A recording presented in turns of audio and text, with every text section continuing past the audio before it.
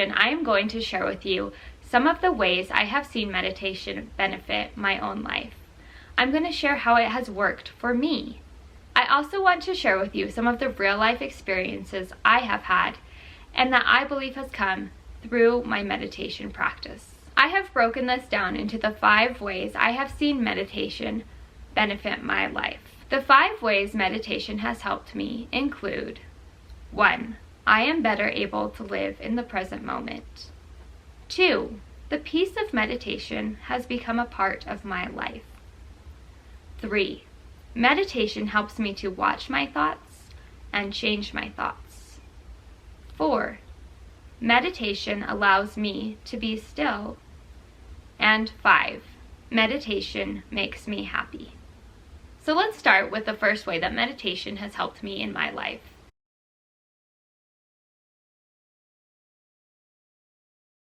Meditation helps me live in the present moment. Overall, practicing meditation really does bring me back to the present moment. Even when life is hard, I have found that meditation helps me to be able to return to peace, to return to the present, and just to remember that all is well.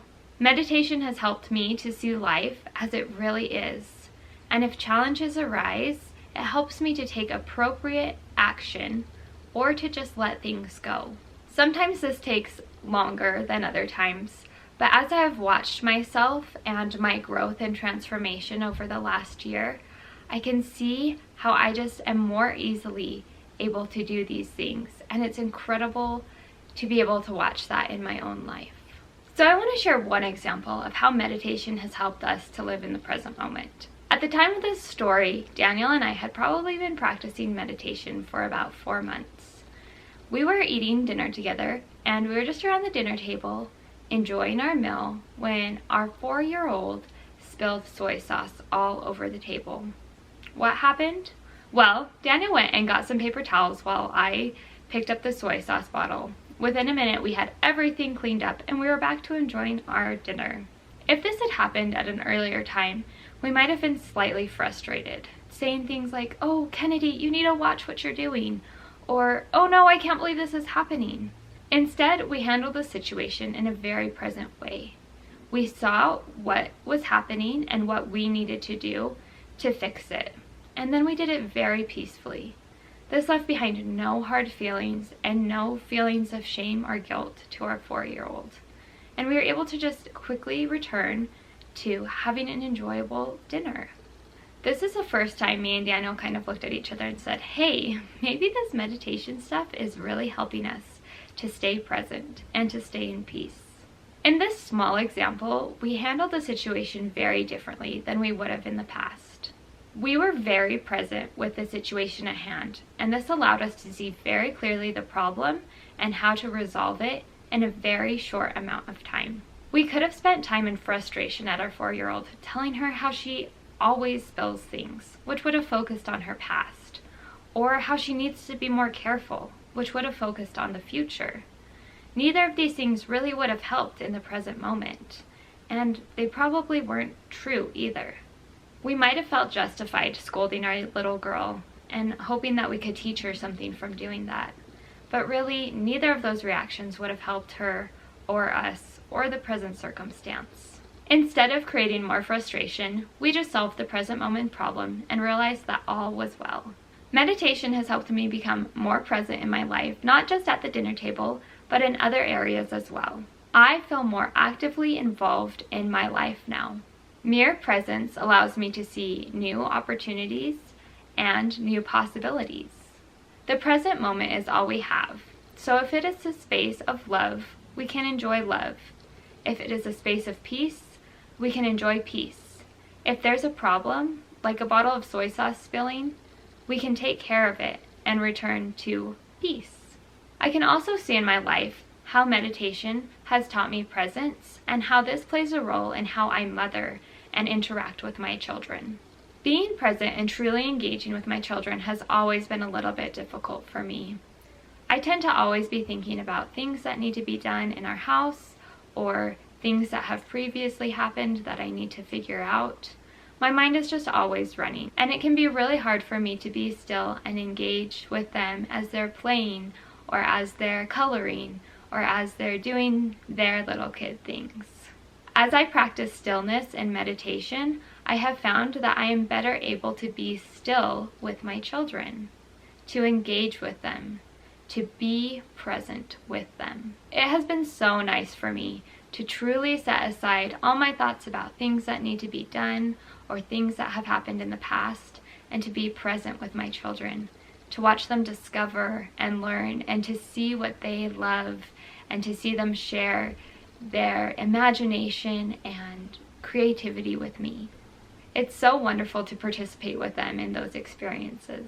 My baby is 8 months old right now, and I have been amazed at how much I have enjoyed the baby phase with her, even though it's been 8 months of interrupted sleep and late nights. The baby phase hasn't overwhelmed me nearly as much as it did with my first little one. Some might attribute it to the fact that it is my second baby, but I really feel like meditation has unlocked my ability to be in peace. Since I have the ability to be more present in my life, I find myself just sitting and watching my baby with awe and wonder as she moves through all the different phases of babyhood.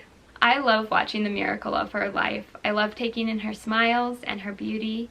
I love watching her grow and discover, and it doesn't matter if it's the middle of the day or 11 at night or 2 o'clock. I just find that I'm enjoying it all so much more. Generally, I just feel like I'm living from a much more peaceful, present place. And even if the circumstances of my life are not my ideal, I'm just enjoying everything so much more, and I'm able to just be at peace about it.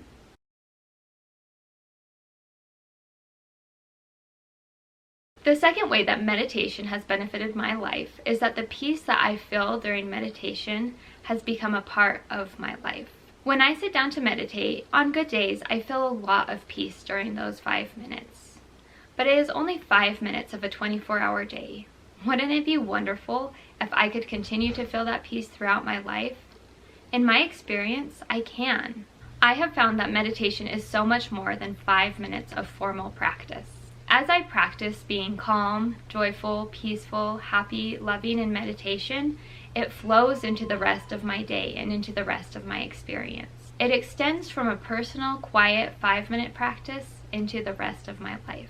As I practice meditation diligently, I notice that even on days when I don't fit in 5 minutes of formal meditation, I still reap the benefits of having practiced meditation in my life.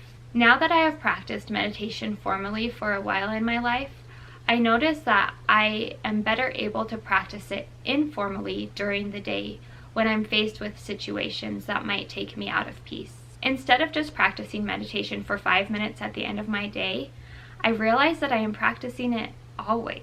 I think it is helpful to think about meditation like going to the gym. Many people, when they want to be physically stronger, go to the gym and lift weights.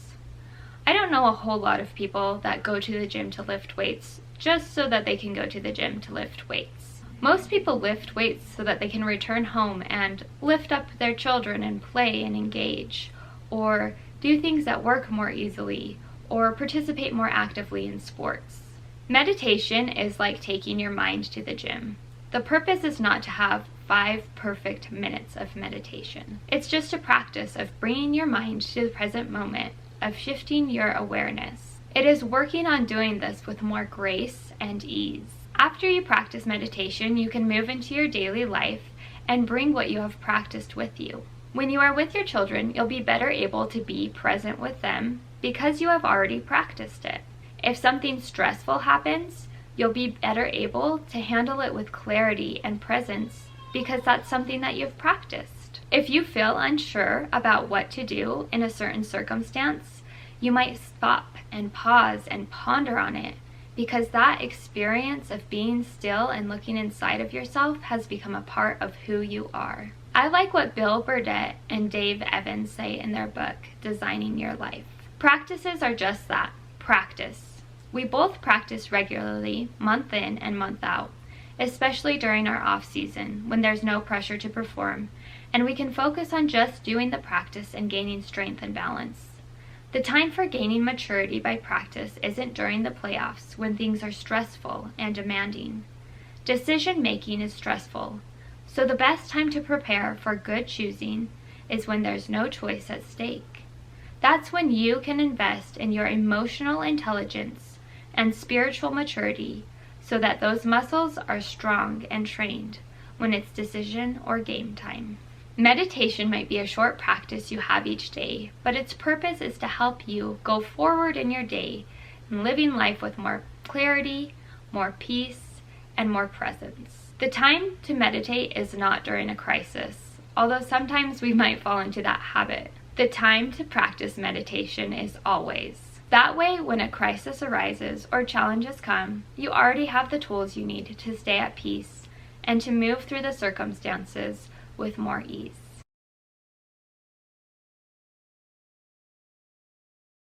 The third way meditation has benefited my life is that meditation helps me to watch my thoughts and to change my thoughts. Meditation has helped me to watch my thought patterns, which I find fascinating. Have you ever just watched your thoughts or observed your thoughts to see what you are thinking? As I have practiced meditation, I have become a better observer of my thoughts, or the incessant streams of the mind, as Eckhart Tolle wrote. As I have done this, I have discovered exactly what Eckhart Tolle says. Most of my thoughts are repetitive and pointless. The practice of meditation has not only helped me to be able to observe my own thought patterns, but also to recognize when they are not helpful to me. When I observe that they are not helpful to me, I'm also able to practice the art of letting them go. In this way, I become more disconnected from my thought patterns, and they have less and less power over me. Through meditation, I am able to change my thoughts, which has profoundly changed my life. One example of this from my personal life is that I have been dealing with some chronic pain that just doesn't seem to want to go away. In the past, when the pain would appear, which was randomly and frequently, my mind would get into a very negative thought pattern. I tended to go into a downward spiral as well, where things would just get worse and worse and worse. It has been difficult because I just couldn't seem to turn off these thoughts, even though I knew they weren't helpful. My thought pattern tended to look like this. I would have a sensation of pain. Generally, I think that a lot of my health has to do with food, so I would think, oh no, what did I just eat to cause this pain to come? Then I'd list off all the foods that I just ate. I might think, oh, I just had oranges, maybe oranges aren't good for me, or I just ate an apple, maybe apples cause this pain, or I just ate oatmeal, it's probably the oatmeal that's causing this pain. After I'd list off my foods, I would move to thoughts of fear. Like, oh no, what if this pain never goes away? I would also think, oh, is this pain serious? Should I go see a doctor? I'd already seen so many doctors at this point, and no one could tell me what was going on. But I would think, should I go back? Do I need to return? I would also think thoughts like, my body is falling apart, I just want to be well. Then I would start thinking, will I ever be well? Will this ever go away? Finally, I might say to myself, what if this never goes away? And on and on and on, this cycle would go every time I felt pain.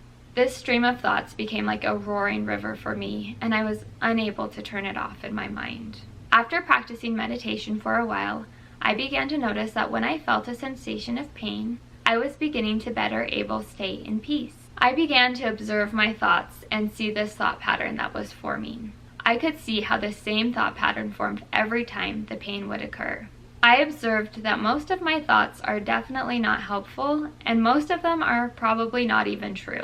As I became aware and recognized that I always had the same thoughts, somehow the intensity of the thoughts lessened for me. So even though the pain was still there and my thoughts still wanted to go in the same direction, my mind didn't get so actively involved in them.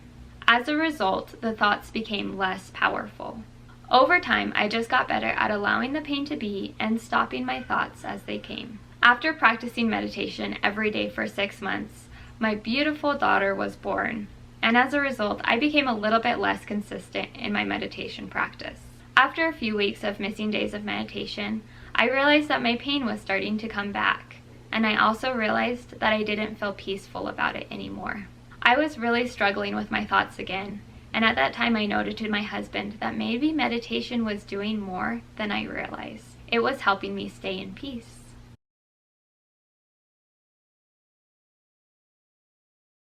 The fourth benefit of meditation for me is meditation has allowed me to be still. When we practice meditation, we practice being in stillness. Today, that seems like an almost impossible place to be. With phones and technology in general, it can be so easy to never be still, to never be fully present with yourself.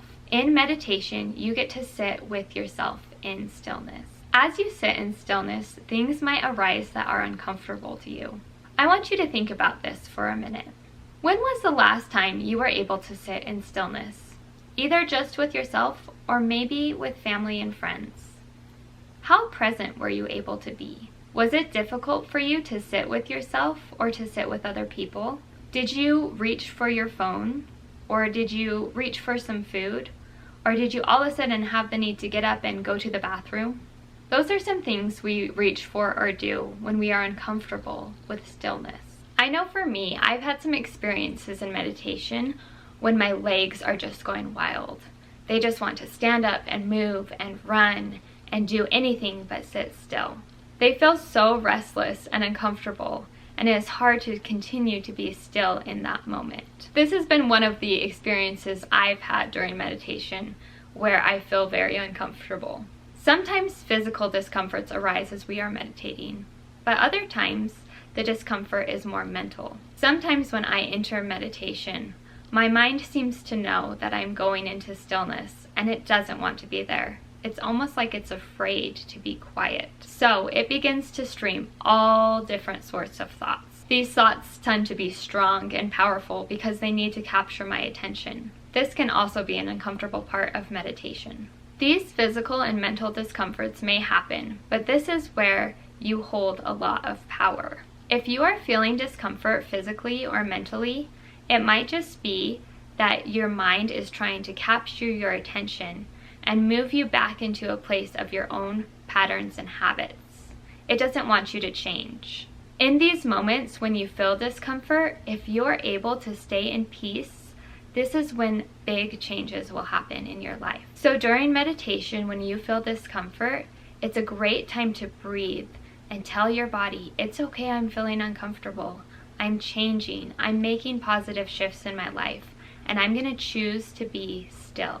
As you meditate and choose to be still, you might find that you're able to break those patterns and habits of reaching for your phone or reaching for food or reaching for some outside comforting tool, because you'll be better able to sit in stillness. You'll be able to sit in the discomfort that you might feel and know that it's okay. Consider for a moment how your life could be different if you could stay in stillness, if you could stay in peace, if you could feel discomfort without reaching to some outside source of comfort. What would happen for you if you could just enjoy staying in a state of stillness?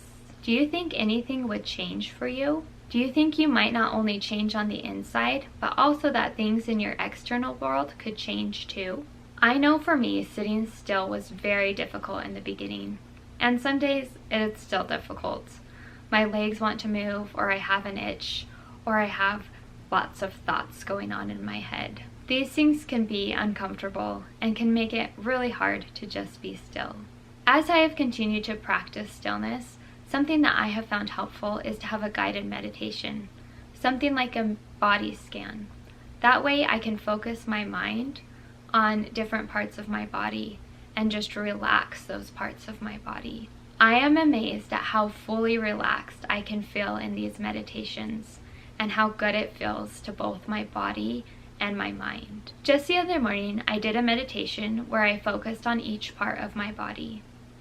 I was able to feel the energy of each part of my body and then to allow it to relax. I curled up in bed and I felt completely comfortable, completely safe, and completely in a natural state of joy and happiness. It was one of the best feelings of my life, and I know it came because I was able to be still. Being still is hard to come by in our fast-paced world. Taking time to be still is incredible and will feel incredible to you as you practice it through meditation.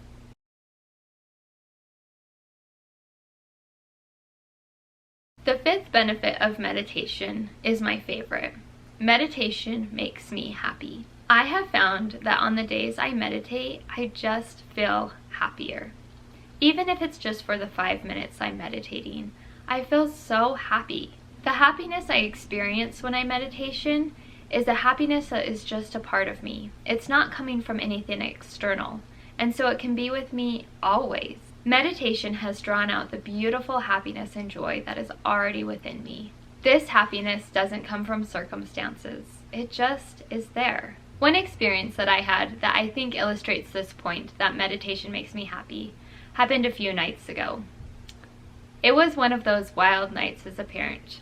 Both of our kids were in bed and asleep really early, and so I thought this is the perfect opportunity for us to go to bed early as well. We were in bed by 9:30, and I was so excited to catch up on some sleep. My husband ended up tossing and turning from about 9:30 to 10:30, so every time I was just about to fall asleep, he kind of woke me up. At about 10:30, he was finally relaxing and we were both just about to fall asleep, when all of a sudden, our 5-year-old woke up, went out into our living room, turned on the lights, and since we were living in a small apartment at the time, we could see what was happening. This was so abnormal for her to wake up. Usually she sleeps through the night every night. So we went out to see what was going on. She seemed a little bit distressed, so I brought her into our room and I snuggled with her until she calmed down and fell back asleep.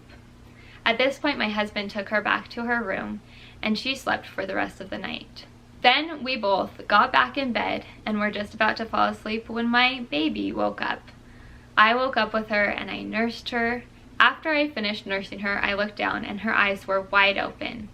It's as if she was looking at me and saying, "Hey Mom, let's do something fun." I went to the kitchen to look at the time and my husband had moved out onto the couch to try to get some sleep. He looked at me and said, "Is anyone asleep in this house?" And I said, "Well, our 5-year-old is now." "But our baby is not, and you are not, and I am not." It was about midnight and I went back to our room with our baby, hoping that my husband could sleep on the couch. My baby stayed awake for the next 2 hours, and we played with little toys and tried to stay quiet. At about 2 o'clock in the morning, I finally got my baby back to sleep, and I was able to crawl into bed and fall asleep myself. So much for my early night, right? This was just one of those wild nights as a parent. It was just a perfect storm, and everything was completely out of the ordinary for our household. The wonderful thing was that at this time I had been practicing meditation more regularly, and despite our wild night, I felt so happy. I was able to experience gratitude for my husband despite the fact that he was tossing and turning. I felt this great love for my daughter despite the fact that she woke up and lit up our whole house so that everyone woke up with her. I loved spending those 2 hours with my baby, even though it was midnight. A few years ago, when my daughter was a baby, things like this would happen too, and I remember I'd always be on the verge of tears, just desperately praying that my baby would go to sleep so that I could go to sleep. It was so hard when things like this would happen. It used to rock my world. But on this night, I was able to just feel an abundance of peace and joy, and of love and gratitude, and I attribute it to meditation. As I think about meditation, I think meditation does not fix everything in our lives, even if we want it to. It doesn't make everything perfect. In the times I experience peace and love and joy and gratitude, it's not just because my life is working out perfectly. Meditation helps me feel those emotions and feel happy, even though my life isn't perfect.